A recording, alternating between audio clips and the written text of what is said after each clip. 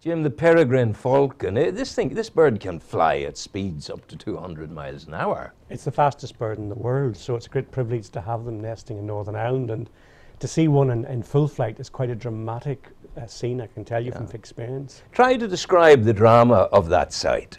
Well, what happens is the bird simply folds its wings and drops at 6G just straight down. And it's obviously targeting a pigeon or a crow much further down, maybe 200 or 300 feet. In the air? In the air, and just hits it. And hits it, and that's it, it's all over. The prey knows nothing about it. Nothing about it, it's gone at that stage. Now, what were the circumstances of your going down to Ballygawley to rescue one of these creatures? Well, the RSPB warden had, a local farmer had contacted him to say this bird was limping around the field and not doing very well. And it clearly was on its way out, so the warden went over, rescued the bird, and then I had to get it to a falconer near Lisburn. So I agreed to meet him down in Ballygawley. From the sight of it, it looked to me that it was alpha chloros, and therefore the treatment for that's to turn the heat up very quickly, because it thins the blood, it makes the bird very cold. So I turned the car heat up as fast as I could and drove down the road, and then met up with the falconer, and he put it in the incubator overnight. And it had improved quite dramatically by the time that photograph had been taken, but it's not out of the woods yet, I can assure you. No, still fighting for its life. It's extraordinary enough, I think, to find a man of politics, the tough world of politics in the gentle world of caring. Well, I think it's important that politicians have a totally different outlook, a totally different interest. Not very few of them have, can I say? Very few. Indeed, I asked a certain group the other day what their interests were, and they said, after a lot of thought, reading the newsletter. Well, I thought reading the newsletter, if that's your only interest in life, there's something seriously wrong with me. It led to a very humorous situation 6 years ago where I did a TV interview about birds of prey in the Mournes, and that chap stopped me in the street and said, "You're Jim Wells?" I says, "I am." I says, "I really enjoyed your programme. I really enjoyed your programme about the birds of prey. You spoke a lot of sense. Unlike the other Jim Wells, that idiot up at Stormont." And I had to tell him that the idiot up at Stormont and the person he was speaking to was the same person. And the problem was there, he couldn't reconcile it was possible to be a politician and have this totally different interest. And I've had it now, I've been involved in this for 37 years, and it's a great release from the pressures of political life. But isn't it wonderful that we have a Northern Ireland raptor group, and that's out of Stormont? Yes, I'm the chair of it. I've been the chair for 25 years. And how did that come about? How did an institution like Stormont create a Northern Ireland raptor group? Oh no, what happened was this is a group of people of all political shades and opinions who have come together, all basically men bar one, who have an interest in species like buzzards, red kites, peregrines, sparrowhawks, who study them and come together and exchange information. Yes. No, there's nothing political whatsoever, and it just happened to be that I was the person on the scene the longest, and I took the chairmanship. Talking about being longest on the scene, where did the interest come from, and how did it grow? It came about actually quite accidentally. I was asked to go to a game fair in 5 Mile Town by an uncle, and the RSPB had a stand. And I got talking to the chap, Frank Hamilton, he's still very much involved, and he asked me to join a thing called the Young Ornithologist Club, and I was 12 at the time, and it has stuck ever since. Now people ask me why I have this interest. I think the interest is that you get into the sort of lovely countryside away from it all, and you mightn't actually see anything, but it's a very pleasant experience. I love Rathlin, for instance, I love the Mournes. Yeah. And you can go a whole day and see precious little in terms of birds, but it's just a wonderful opportunity to get out and see the countryside and unwind. And I've obviously had the benefit of going all over the world to do it, and you'll always meet fellow bird watchers who have an interest. So I think I've got the bug, and I think at age 56 I'm unlikely to lose it. Absolutely, it would stay there. Now, I recognise the Young Ornithologists Club. All of my children were members as they were growing up. And I think that kind of closeness to the world of nature does things for young people as they grow. It gives them certainly a breadth of vision, an understanding of trying to protect that which is vulnerable. Yeah, unfortunately, there's very few young people coming in behind. Bird watchers break down into 3 types: the serious ornithologist, the twitcher, and the robin stroker.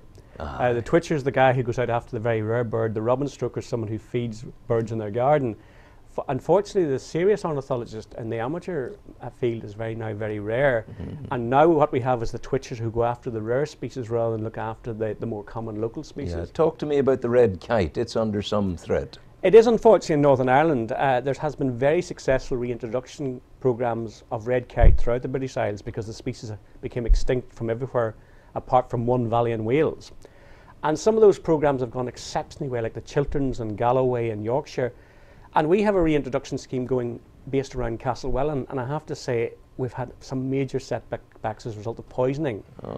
Similar to the peregrine situation, I don't think it's deliberate. I think it is people setting poison for other things, and then the peregrine or the red kite eats that bird and gets what's called secondary poisoning. And we've one particular area, a valley in Castlewellan, where we've lost 4 adult red kites in as many months. Now that's serious. That's a real setback for the entire scheme. Yeah, is the scheme therefore under very considerable threat? No, we still got 7 or 8 nesting pairs. Unfortunately, they're way out as far as Rostrevor on one side and Patrick on the other. So therefore, we will still keep a population, but it will not be growing as fast as, for instance, the Avoca, the Wicklow population, which is going great guns. They have now 24 pairs this year, tremendously successful. That pair in a breeding season, how many chicks will they raise? Normally 2. 2? 2, exceptionally 3, and only once ever recorded 4. And what we do know is if there's no poisoning, these pairs rear big broods. There's quite a few broods of 3 in Southdown. The issue is not the habitat and the feeding, it's fine. The issue is that it's poisoning taking out the actual fundamental part of the population, which is the adult breeders. And we've lost too many, frankly, for comfort. It's getting quite worrying. And are there ways to supplement the existing stock? Can you go somewhere and get import stock of red kites? How does that work? Well, you could. For instance, the Chilterns population in England has 1,000 pairs producing about 1,000 young a year. So there'd be no problem going to get that stock. But there's no sense bringing them into Northern Ireland until we solve the problem that's causing this, and that's the poisoning. Because, you know, frankly, Chilterns won't give up at their birds if they know they're coming into a risky environment. So I think we're probably talking about 1 or 2 farmers here that need educated on the wise use of poisons. Once we achieve that, then there's a very good future. And certainly in Wicklow, which is a similar habitat, that they're going fantastically well. They're leaving the poison out for what? Crows and foxes. Crows and foxes, yeah. I don't think they're actually going out to poison red kites. No, they wouldn't want to. But I mean, fairly common sense to realise that if you're putting poison out willy-nilly in the environment, that every creature can pick it up. Yes. Unfortunately, the reason I don't think they're attacking the red kites is red kites eat worms and dead rabbits. Yeah. Now that's no threat to any farmer. No. So therefore, the problem is they're very keen to kill hooded crows. They're setting the poison out. The hooded crow gets poisoned, flaps about, and a peregrine kills and eats it. And I think that's where the poison's coming from. And after that's happened a couple of times, you get very morbid, birds at death's door. And we really do need to bring this under control, because there are ways of controlling vermin without indiscriminate use of poisoning. How are we going to affect that education of farmers that you speak of? What can we do? Well, I think we need to find the farmer, because in other parts of the species range, there's a lot of sympathy for the birds and they're very helpful. I think we need to basically knock on the door of a few farmers in this area and say, look, we think there's something going badly wrong here. Now, I think given the amount of publicity that these incidents have had, those farmers know who they are.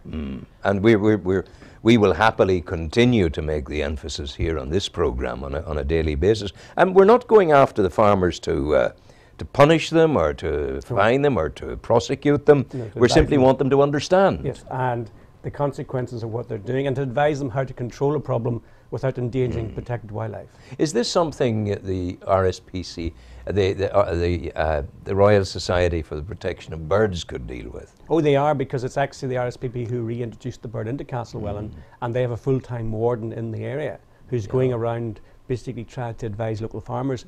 But we decided when the 4th incident happened to go very public, to try and let the local community know that there's a real problem here. And hopefully we'll be able to get it tackled over the winter, because it will mean that it'll be a very long time before Northern Ireland has its full complement of red kites. And when you see these birds, they are absolutely magnificent. They are a big red bird, red and brown bird with a forked tail, and everybody who sees them think they're absolute magic. So it'd be nice to have them as a tourist attraction in Southdown. We lost Seamus Heaney, the poet, today. I have just heard, a complete shock, age 74. I never believed he was that age. No, indeed. I was having lunch and somebody came over to tell me a great shock, a loss of a hugely important academic for Ulster, and someone you know, who is held in the highest esteem throughout the world. Absolutely. I'm so sad to hear that myself. Politics still strong with you? You're in full flight, I'm still so to speak? I'm still an obscure backbencher toiling away in my corner of the vineyard, as it were. Longest serving, perhaps? Yes, I'm the father of the house. Father. Very young to be father of the house. Oh, well, I started young. You did? I'm now a grandfather, of course. Aye. No, I started when I was 25, age 1982. I think because I have a pulse and have been able to remain on the scenes for such a long time. That's the only qualifications for being father of the house. You don't have to achieve anything. You just be there. And then when Dr. Paisley retired, until he went, I was clearly never going to be father of the house. No. When he retired, then of course. Yeah, that was a great tree cut down. Well, he was there for about 50 years, you know. At least, goodness gracious. How is he these days, you know? He's okay. He's 86, remember, and he slowed down. There was actually a TV programme on last night, William Crawley's programme. Oh, yeah. And there was old footage of Doc in the 60s, and it was incredible to see that sort of articulate, vibrant wow, voice. Yeah, He's a very different person today after having lived life at 100 mile an hour to his 80s. So he's much quieter. Hume is the same. Yes, John Hume. I met John Hume in April, and he's not the man I remember at all. Yeah, and nor would he be the man I remember. No. You know. But I mean, these men have put an awful lot into life, remember? Yeah. So inevitably it catches up on you. And there are men actually who have done the right thing by their constituency. They've done the right thing by Northern Ireland. Both John Hume and Foyle and Doc in Northampton have worked incredibly hard for their constituents. But I don't believe any man can live life at that speed for such a long period and it not to catch up on them. I mean, I remember following Doc for a weekend in the early 80s, and it completely exhausted me, and he was, hardly out of breath. And so inevitably they pay the price in later life for their dedication as constituency reps. Yeah, but it's a huge, the job you do. I have an easy task.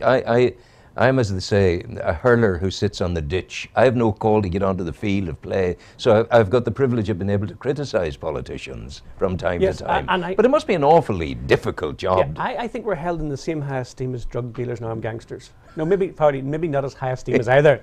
You know, and accept, unless somebody's looking something done, we'll always be held in very low esteem.